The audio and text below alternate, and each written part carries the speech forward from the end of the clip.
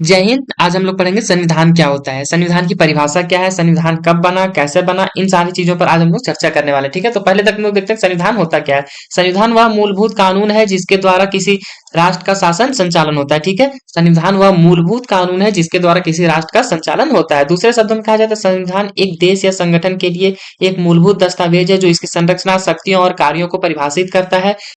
यह दस्तावेज देश या संगठन के नागरिकों के अधिकारों और कर्तव्यों का निर्धारण भी करता है। संविधान जरूरी नहीं किसी राष्ट्र का ही, किसी संगठन का भी हो सकता है, कोई भी राष्ट्र हो या फिर कोई संगठन हो। उसके लिए जो नियमावली बनाई जाती है, उसका जो किताब लिखा होता है जिसमें उसमें रूल रेगुलेशन सारे बनाए गए होते हैं, वह संविधान कहलाता है। संविधान में क्या होता है कि उसके उस जगह का, उस संगठन का, उस राष्ट्र का संरचना के बारे में बताया गया होता है कि कैसे बनावट है, उसकी शक्तियां क्या क्या, उनके कार्य क्या क्या है। साथ ही उनके नागरिकों के अधिकारों और कर्तव्यों का भी निर्धारण करता है कि नागरिक के अधिकार क्या है, उनके कर्तव्य क्या है। इन सारे टॉपिक की भी वह व्याख्या करता है। उसको हम क्या कहते हैं? संविधान कहते हैं। ठीक है, दूसरे शब्दों में देखें तो डॉक्टर भीमराव अंबेडकर ने भी संविधान की परिभाषा दी। उनके अनुसार संविधान केवल शासन का आधार नहीं है, बल्कि यह नागरिकों को स्वतंत्रता, समानता और न्याय की गारंटी देने वाला एक दस्तावेज है। अर्थात उन्होंने कहा कि संविधान जो है केवल शासन का प्रतीक नहीं है कि शासन कैसा होगा, उसके कार्य क्या होंगे, बल्कि यह नागरिकों की स्वतंत्रता, समानता और न्याय की गारंटी देने वाला भी एक दस्तावेज है। जो यह वही दस्तावेज है जो लोगों की स्वतंत्रता, समानता और न्याय के बारे में व्याख्या करता है। उसको हम क्या कहते हैं? संविधान कहते हैं। ये इस परिभाषा किसके अनुसार है? तो डॉक्टर भीमराव अंबेडकर के अनुसार। दूसरे शब्दों में हम लोग देखें कि जो संविधान होता है वो सभी शासन व्यवस्था में सर्वोपरि नहीं होता है। सर्वोपरि किसमें होता है? वह लोकतांत्रिक शासन व्यवस्था में सर्वोपरि होता है। बाकी जो शासन व्यवस्था है, चाहे वह राजतंत्र हो, धर्मतंत्र हो, अल्पतंत्र हो, कुलीन तंत्र हो, इसमें संविधान सर्वोपरि नहीं होता है। क्यों नहीं होता है इसकी भी हम लोग देखते हैं। इसमें क्यों नहीं होता है? क्योंकि राजतंत्र जो होता है इसमें विधायिका हो, चाहे कार्यपालिका हो, चाहे न्यायपालिका हो, ये सब में क्या होता है? ये राजा होता है। ये तीनों जो भी पद होते हैं ये किसके हाथ में होता है? राजा के हाथ में। राजा जब मर्जी कोई कानून बनाता है, उसको लागू करवाता है, और न्यायपालिका भी वह खुद ही है। वो जिसको चाहे जो मर्जी सजा दे देता है। इसमें क्या होता है? राजा सर्वोपरि होता है। इस राज्य का कानून हो सकता है, संविधान हो सकता है, लेकिन संविधान सर्वोपरि नहीं होगा क्योंकि उसमें राजा का मर्जी चलता है, इसलिए ये सर्वोपरि नहीं होगा। अगला हो जाता है धर्मतंत्र। धर्मतंत्र में क्या होता है कि जो भी धर्म ग्रंथ लिखे गए, चाहे वो हिंदू के हो, मुस्लिम के हो, सिख के हो, ईसाई के हो, उसमें जो धर्म ग्रंथ में लिखा हुआ है उसमें वही कानून है। उसमें जो हिंदू ग्रंथ में लिख दिया गया है वही कानून है, मुस्लिम ग्रंथ में जो लिख दिया गया है वही कानून है।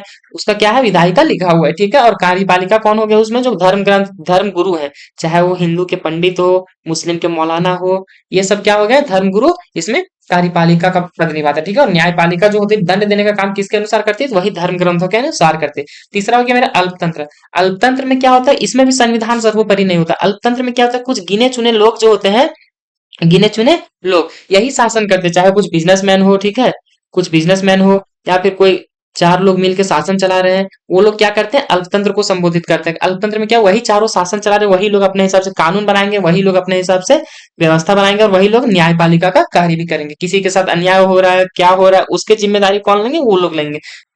इसमें क्या होता है? अलग से कोई अल्पतंत्र में शासन व्यवस्था के तहत न्यायपालिका, विधायिका, कार्यपालिका नहीं होते, कुछ गिने चुने लोगों के हाथ में होता है। अगला क्या है हमारा? कुलीन तंत्र।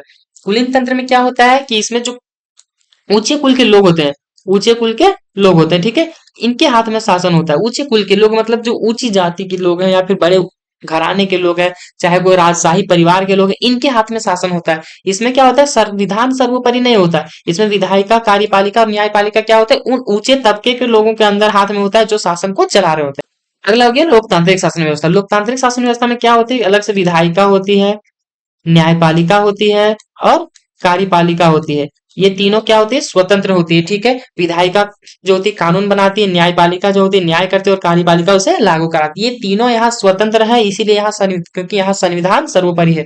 यहाँ क्या है? संविधान सर्वोपरि है। और जहां जहां संविधान सर्वोपरि होता है वह क्षेत्र लोकतंत्र कहलाता है। जरूरी नहीं कि हर संविधान वाले क्षेत्र लोकतांत्रिक हो, क्योंकि संविधान जो होता है एक संगठन का भी हो सकता है, राजतंत्र का भी हो सकता है। ठीक है, राजतंत्र वाले भी अपने लिए अलग से संविधान बनाते हैं, धर्मतंत्र वाले का भी संविधान है, कुछ गिने चुने लोग भी अपने लिए, या तो कोई संगठन है वो भी अपने लिए संविधान बनाते हैं, कोई स्कूल है वो भी अपने लिए रूल रेगुलेशन का एक संविधान बनाता है। लेकिन लोकतांत्रिक शासन व्यवस्था किसको कहते हैं? जहां संविधान क्या होता है? सर्वोपरि होता है। तो एक से हम लोग ध्यान रखेंगे कि हर संविधान वाले देश के पास लोकतांत्रिक शासन व्यवस्था नहीं है, लेकिन जहां जहां लोकतांत्रिक शासन व्यवस्था है वहां संविधान होगा। जहां जहां लोकतंत्र है वहां संविधान होगा, लेकिन ये जरूरी नहीं कि जहां जहां संविधान है वहां लोकतंत्र होगा ही होगा, क्योंकि संविधान हर किसी के पास हो सकता है, लेकिन संविधान की सर्वोच्चता वहीं होगी जहां लोकतांत्रिक शासन व्यवस्था मौजूद होगा। ठीक है, आगे हम लोग देखते हैं भारत में लोकतंत्र का कैसे बनना प्रारंभ हुआ, इसके बारे में जानेंगे। तो हम लोग देखते हैं सबसे पहले संविधान सभा।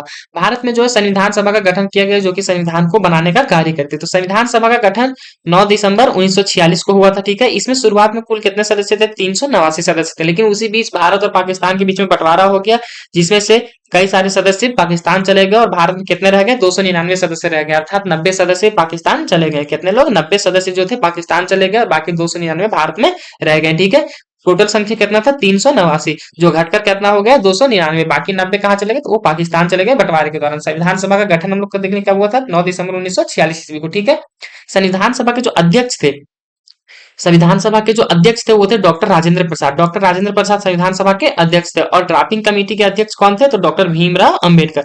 डॉक्टर भीमराव अंबेडकर अध्यक्ष नहीं थे, कौन थे? ड्राफ्टिंग कमेटी के अध्यक्ष थे। और अध्यक्ष कौन थे? डॉक्टर राजेंद्र प्रसाद। संविधान के शिल्पकार किन्हें कहा जाता है? Architecture of constitution doctor Bhimrao Ambedkar को। आर्किटेक्चर ऑफ द कॉन्स्टिट्यूशन किसे कहा जाता है? डॉक्टर भीमराव अंबेडकर को। संविधान बनने में टोटल जो टाइम लगा कितना लगा? 2 वर्ष 11 महीने 18 दिन। सोचिए, हमारा जो संविधान है किसी एक दिन का मोहताज नहीं कि एक दिन में बन के तैयार हो गया, तो कोई क्रांति हुई उसमें बन के तैयार हो गया। इसमें कितना टाइम लगा? 2 वर्ष 11 महीना 18 दिन बन लगा, तब जाके हमारा संविधान बन के तैयार हुआ। इसमें कुल कितने सत्र हुए? तो सत्र टोटल 11 हुए और लगभग 114 दिन बहस चली, तब जाके हमारा संविधान बनकर तैयार हुआ। ठीक है, हमने देखा 9 दिसंबर 1946 को हमारा संविधान सभा का गठन हुआ, जिसने हमारे लिए संविधान बनाने का कार्य प्रारंभ किया है। हमारा संविधान बनकर कब तैयार हुआ? तो 26 नवंबर 1949 को बनकर तैयार हुआ। ठीक है, लेकिन इसे लागू कब किया गया? तो 26 जनवरी 1950 को इसे लागू किया गया। तो ये जो 2 महीने का गैपिंग था ये क्यों था? ठीक है, 26 जनवरी को ही क्यों लागू किया गया? क्योंकि 1930 में कांग्रेस ने इस दिन पूर्ण स्वराज का संकल्प लिया था। कांग्रेस ने 1930 में पूर्ण स्वराज का संकल्प लिया था, जिसके कारण इस दिन को महत्व देने के लिए, इसलिए इसे ऐतिहासिक महत्व देने के लिए यह तारीख चुनी गई, ताकि उसको हम महत्व दे सके। ठीक है, और हमारा देश हर साल 26 जनवरी को गणतंत्र दिवस मनाता है। ठीक है, इसके पीछे का रीजन क्या है कि 26 जनवरी को हम लोग अपना संविधान लागू किए थे। ठीक है, जिसके कारण इस दिन हम लोग गणतंत्र दिवस मनाते हैं। और बनकर कब तैयार होता है? तो 26 नवंबर 1949 ईस्वी को। ठीक है, हम लोग अगले वीडियो में चर्चा करेंगे हमारे संविधान की ऐतिहासिक पृष्ठभूमि क्या रही, सबसे पहला आर्टिकल कौन सा बना। ठीक है, और कब से हमारा संविधान बनना प्रारंभ हुआ, अंग्रेज के टाइम से कौन कौन से कानून बने, बाद में हमारे संविधान में कौन कौन से कानून उसको लागू किए गए। इन सारे चीजों को हम अगले वीडियो में कवर करेंगे। तब तक के लिए धन्यवाद। जय हिंद, जय भारत।